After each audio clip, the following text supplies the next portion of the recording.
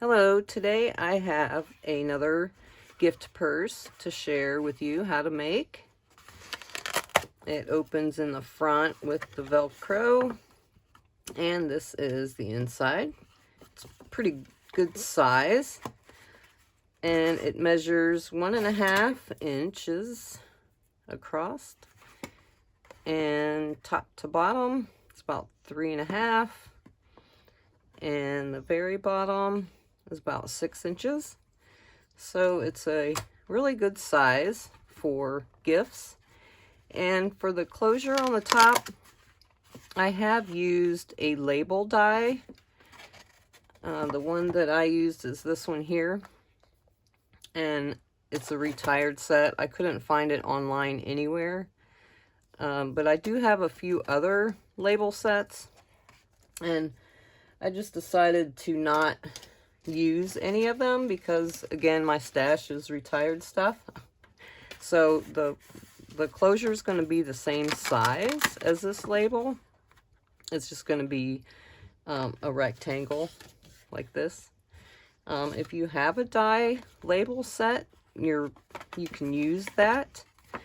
I would suggest making sure that it's at least 4 inches across, because this is your width of your opening here. It can be a little longer than that. But anyways, we'll get into that when I start the assembly. So this uses an 8.5 by 11 inch piece of cardstock. This is a Stampin' Up! 80-pound weight, same as this one. And that's all you need to start. Now, for a little FYI intro, when I make design any kind of bag, boxes, or something, this is pretty much how I start.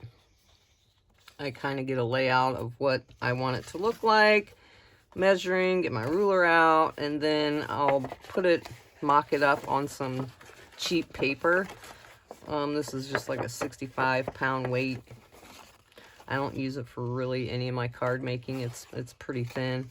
But I lay it out, I cut it out, and then finagle with it and see what the final result is. So once I get one that fits up together okay, I'll actually put one together. As you can see, the top, I scored it the wrong way the first time. But yeah, so I mock one up and see how it works.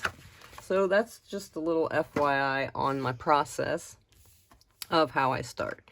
For this one, I just used plain cardstock. You can use a pattern paper if it's a little heavier weight.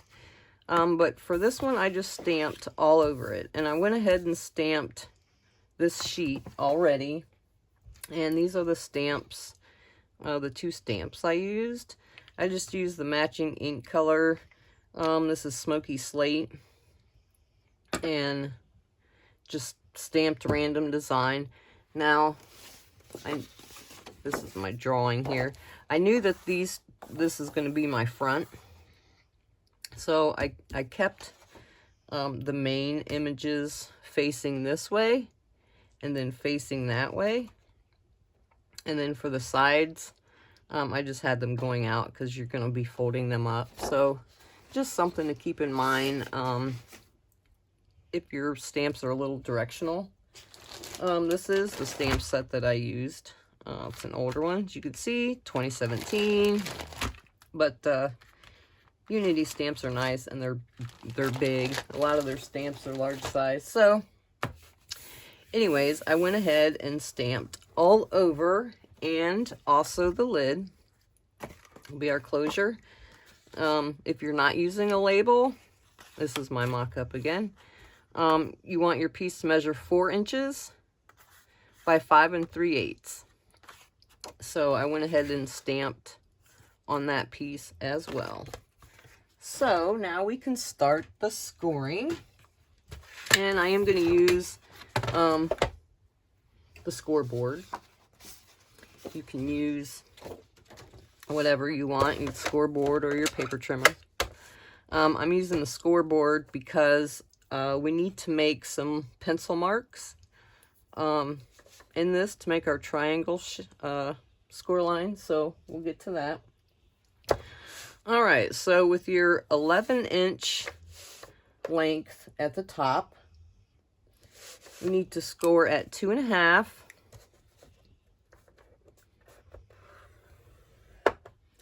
and 8.5. All right, and here's where we need to make a pencil mark. So with your piece already up here, make your mark at 3.5 and just come right to your little groove there and make a pencil mark. And then 7.5. Okay, 2 pencil marks. Now rotate your piece all the way around to the other side, 11.5 inches at the top, and do the same measurements. So 3.5, and if your stamping is in the way, just make a mark to where you can see it. And 7.5 again. All right, 7.5, 3.5. That's all the pencil marks. So now we can turn our paper to the 8.5 inch mark, or 8.5 inch length, and score, wrong scoring tool, 3.5 inches and 5 inches. All right, so that is all the scoring for that bag, other than our triangle pieces. So I'm going to get rid of, well, let's leave that out a minute. Since we have the lid that is not a die cut shape, we're going to go ahead and score that while we got our scoring board out here.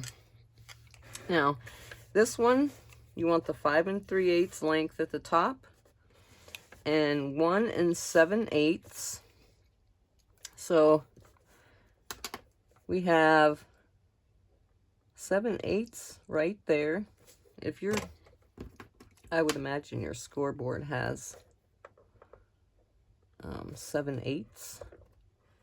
7/8 and 3 3/8. All right, that's going to be the lid going this way. All right, so that's finished. Now we can get back to this. That way I didn't have to get my scoreboard out again. Just put that away.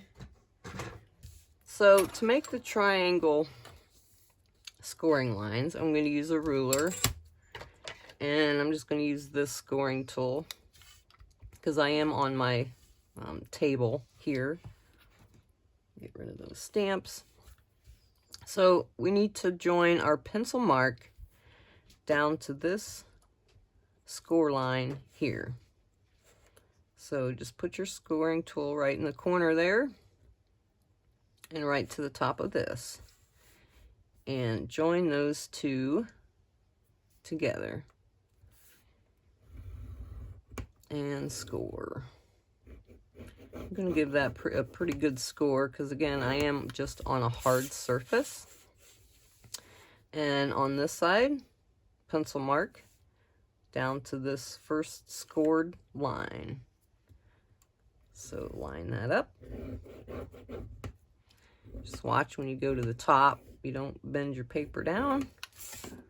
And we want to do the same thing on this side. So rotate it and come to this line,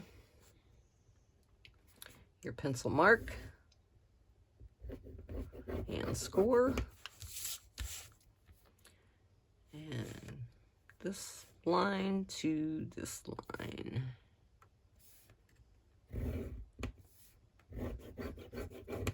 All right, so that is, you can probably see it a little bit better on this side. That's all the scoring done. And you can take your eraser and get rid of those pencil marks, because this is going to be at the top opening or the back, one or the other. One's going to be the front, one's going to be the back. Okay. Now, we need to cut, since this is our front, we need to cut these pieces here on both sides up to this score line. So you can hand cut it, you can put it in your paper trimmer, whichever you prefer.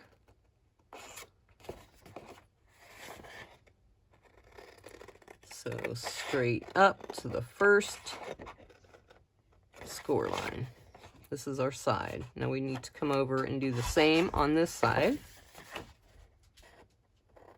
Straight up.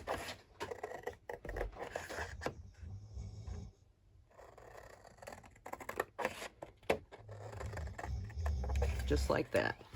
Now, before we go and reinforce all of our score lines, we need to trim a little bit off of each side. And it's easier to do when it's completely flat rather than reinforcing.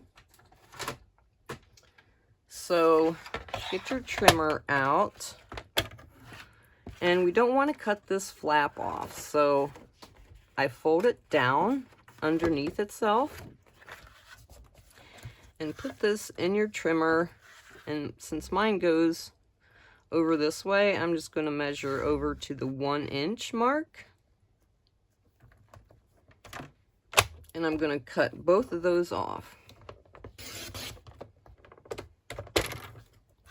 Just like that. They need to be a little shorter in order for this to close up correctly on the sides.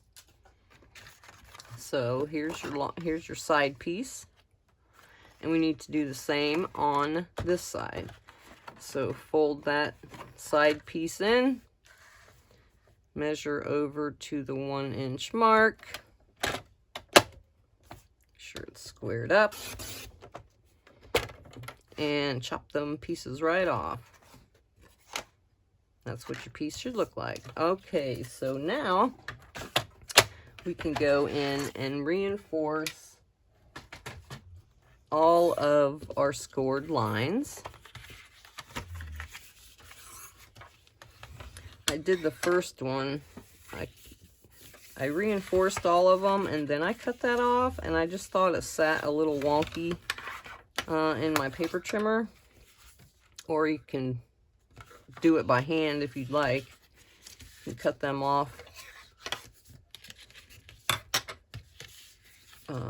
just with your scissors. That would work too, but not all that great. I'm gonna use my trimmer if I can.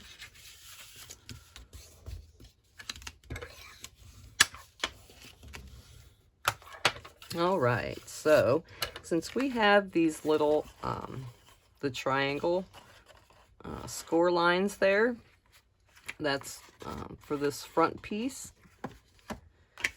you can take from the front and just fold that down right to your score line. And if you want to reinforce it, you can.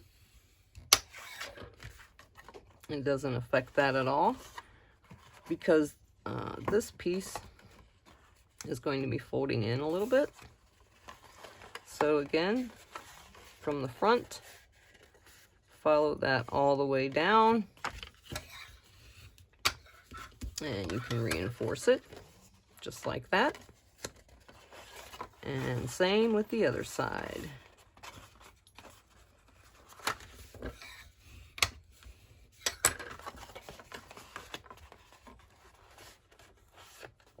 Doesn't matter if you reinforce from the front or the back.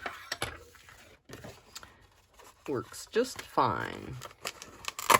So what we are creating is this sort of a gusset type thing.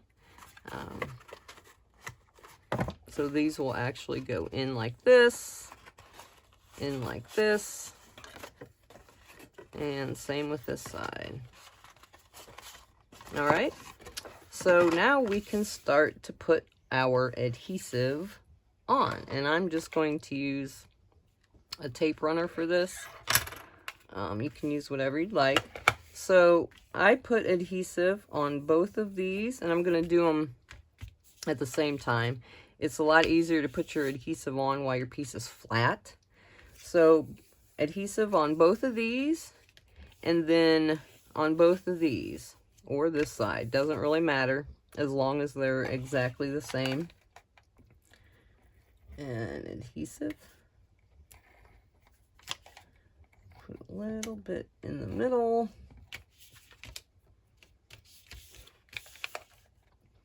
Went to Joann Fabrics the other day. They have a lot of stuff on clearance at my store. I picked up these tape runners really cheap. All right, so adhesive and then adhesive. They didn't have a whole lot of paper craft, like stamps and stuff. They had tons of paper. I did buy 2 packs of paper. Not that I needed any more, but they were like $3 for a 8x8 little pack. They do have some 12x12 stacks that are really cheap, so if you're interested in that, go check your Joann Fabrics out. Okay, so adhesive, adhesive, and we want to take the one with adhesive and turn it and attach it to this. So you want to line up this edge with this edge, so bring it around and square it up just like that. Attach that. Same with this one. This edge to this edge.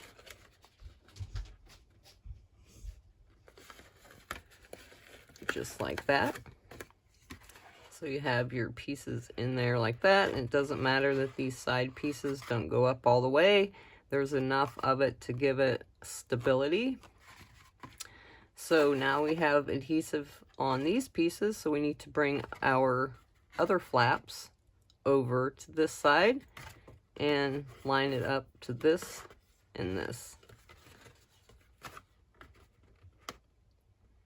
So right to the bottom and up the top. Just like that.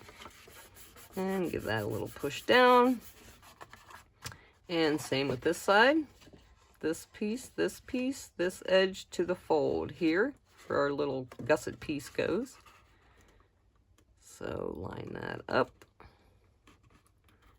And line that up. And give it a press.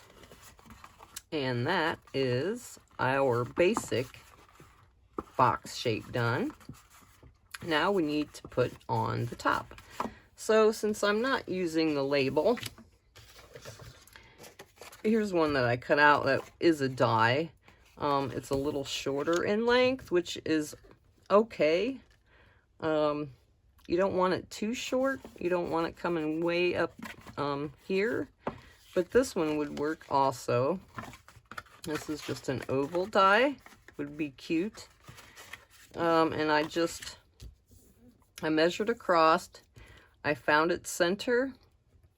And then from the center over, I measured 3/4 of an inch. And that would give you 3/4 of an inch on this side. That'll give you your 1.5 inches. So just in case you wanted to use a different shape other than this rectangle, you can go right ahead and do that. So I'm going to reinforce these. And I'm going to actually round mine. This one I used a decorative, this is a very old decorative corner punch, Creative Memories. It creates this little fancy edge. So if you have something like these, if you didn't want it just rounded, you can do that. The only corner rounder I have left in my stash is the envelope punch board. It's at the top here. So let's put it in there. And I'm going to do all 4 edges, my front and my back. I had a handheld corner rounder, but I don't really know what I ever did with that.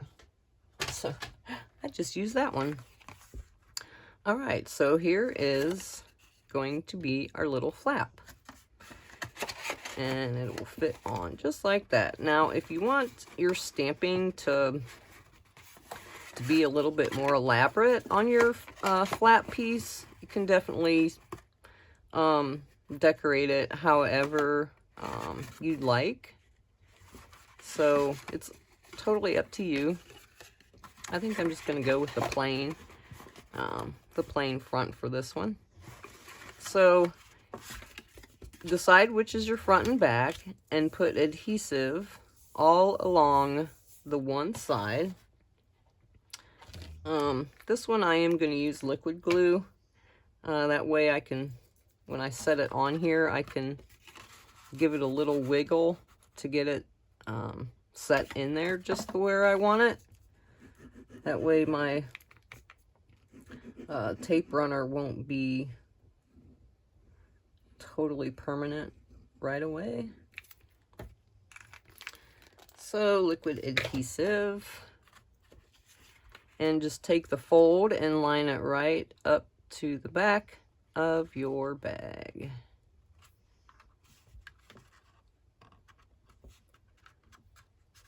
That looks pretty good. Let's see, we'll have that on that back side. And then I'm just going to push that down. Like that. So that is what we'll have. Now for the piece of ribbon, I used a 5.5 inch length. You can use whatever. If you don't have ribbon, you can cut a 5.5 inch piece of cardstock and just take a bone folder and run it over the cardstock to give it a little bit of a curl. That way it's not, won't bend it. But the piece is 5.5 inches. And I've chose some buttons out of my button stash to match. And I've also got some these little enamel gumdrops for the front. I don't know if I'm going to use the gray or this pearly color. Just something that coordinates with whatever papers that you have. And I'm going to attach those. Since this ribbon is wide, I have my Glue Arts. They're like a glue dot, but it's just a square. They're bigger. If you don't have that, you can just use your glue dots. Just use a couple. Put that right on the back. And we want to put it in this 1.5 inch area. And I'm going to leave it a little off the edge. If you want it right up to the edge, that's fine. My other one had like stitching on the edge. That's why I left it a little in, so you could see that stitching. This one obviously doesn't, but you just do whatever you want. Line that up in the center. Push that down. Now, if you didn't want your handle to be quite as loopy, you could take 1 inch off of that. It would still look perfect. All right, now we need to add the buttons or whatever embellishment it is you decide to use. I just thought the buttons added like a hardware, I guess, type thing if you had a real purse to the handle. Thought that was cute. Could even put loop some twine through those holes too if you wanted. But I'm using the same little square. These are a little bit bigger than my button, but just kind of roll that glue over the edge like that. And line it up in the middle like that. Now to attach the little enamel, this is another hardware looking piece. Accent. You could put a button there if you wanted. I was kind of going for the look of a snap, like if your real purse had a snap. That's why I use that. So, don't know which one I want. So, I'm going to pick up the gray one. See what it looks like. These are adhesive backed enamel. I just call them enamel dots. And let's see. It's a little, I mean, it matches. It's a little dark. Let's see what the big one looks like. I don't know where these big ones are from. I don't know if these are, what brand they are. It barely has any stick on it. I might have to put a glue dot on there. All right. Yeah, I like the pearly one. It stands out a lot better. But it needs a glue dot because it's really not that sticky. It is, and it's, whoops, that's not my glue dots. There they are. All right, so they might have just lost their stickiness because I've had them for quite a few years. Here we go. That's better. So I brought mine up, I don't know, maybe 1/4 of an inch or so, and just put it right in the center. Just eyeball, just like that. I like that one. That shows up better. All right, so for the closure, it is the Velcro that I always use. The sewing department notions there. Get my little piercer tool. That's what I use to, if I need it. All right, so the fuzzy side, since it's white, I like to put on the underside. That way when you open it, all you see is clear. So I'm going to kind of feel where my little enamel dot is there. And I'm just going to kind of eyeball that. Press it down good. And then take the rough part of the Velcro. Sticky side is up. Put that on the center. And then close your flap. Make sure your edges are lined up on either side. And gently push that down. We can't put our finger in there very good to press it. So what I do the first time, gently lift that off. That way this part sticks. And then press that down real good. That will ensure it doesn't come off when you close it the first time. All right. Just like that. And that is it. They're so cute. I like that style. I like the flat top. I wanted something designed like that, so the top's flat instead of coming together. You can, if you wanted to put a little hang tag off of there, you could put to and from, whatever occasion you want, whatever decoration you want, whatever colors. They're universal. And again, the flap, you can use the triangle, a die, whichever you prefer. And again, it's pretty good size on the inside for gifts, whatever it is that you're wanting to give away. So I hope you give this one a try. I like that it's a little bit different shape than any other little bag I've made. So give this a try. and I hope you enjoyed it. Thanks so much for watching, and I will see you next time. Bye.